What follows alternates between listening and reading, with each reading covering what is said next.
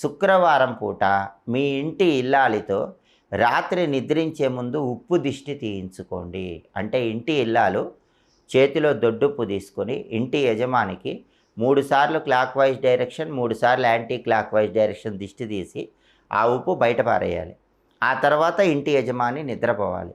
ఇలా 3 శుక్రవారాలు రాత్రి యజమాని నిద్రించే ముందు ఇంటి ఇల్లాలు ఉప్పుతో దిష్టి తీస్తే గనక వంశంలో ఉన్న స్త్రీల శాపాలన్నీ పోతాయి.